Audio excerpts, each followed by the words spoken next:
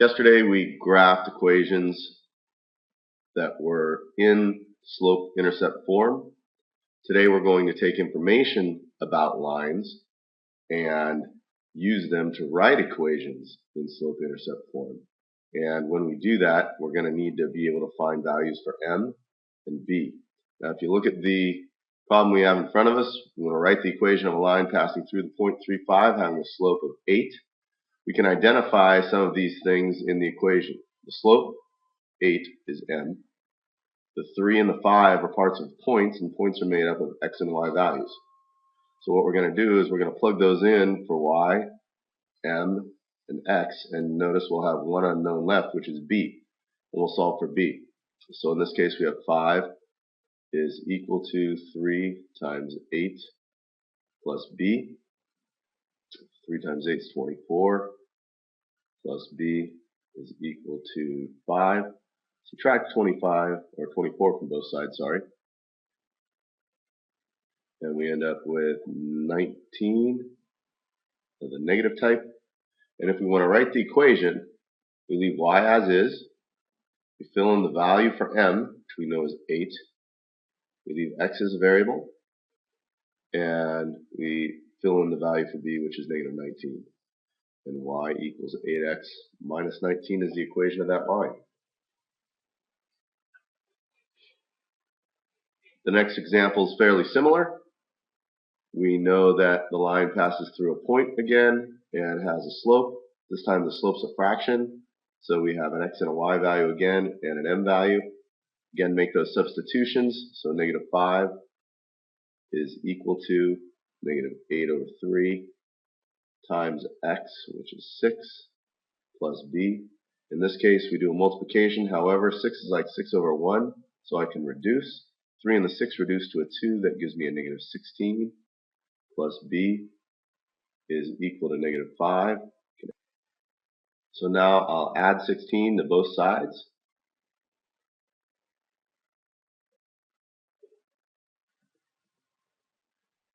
And when I do that, I end up with a total of 9 is equal to b. So then I have y equals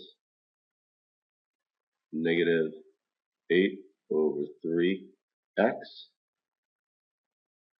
plus 9. And that's the equation of the line.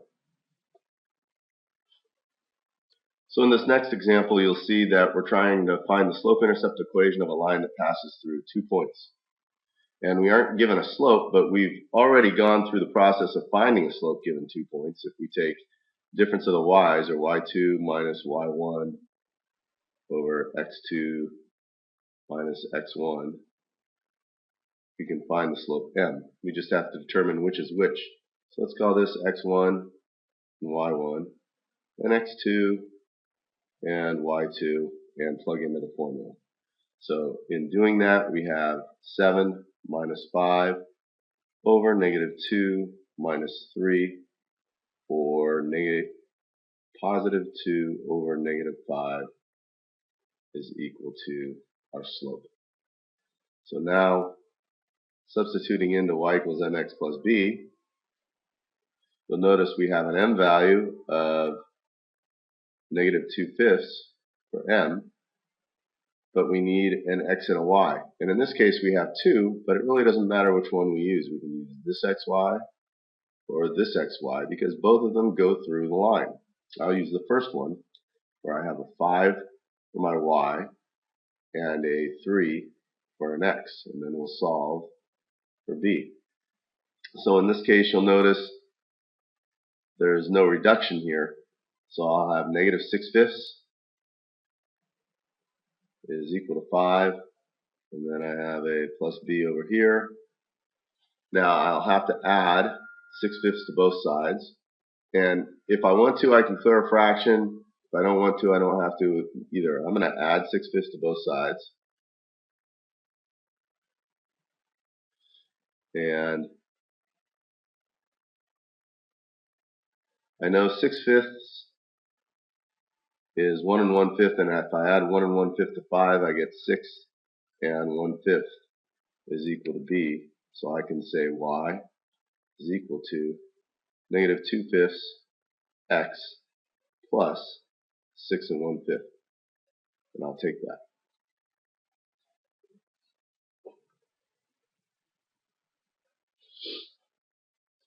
Similar problem next. This one will have a twist in it though. Let's take a look at it. Again, we have 2 points that the line goes through. So I'll take y2 minus y1 over x2 minus x1. Here's the first point.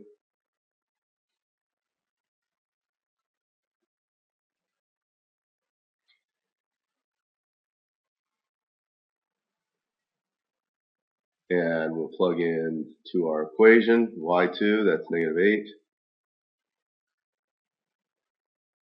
And from that, we'll subtract 6 over 7 minus 7. Now notice what happens here. I have negative 14 over 0. You can't define anything by 0 or divide anything by 0, so we get no solution on this. So this has actually no slope. Now, let's take a look at what's happening here. Here's our line, and if I go over to 7, 6, that's somewhere over here.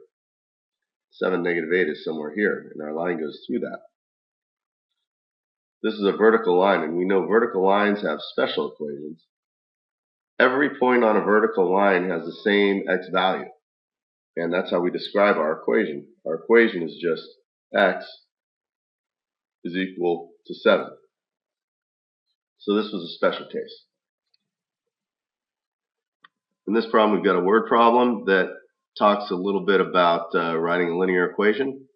So they tell us that during 1 year, the cost for gas is $3.20 on the first month on the 1st of June, and $3.40 on the 1st of July. And they want us to write a linear equation to predict the cost of gas for any given first day of the month.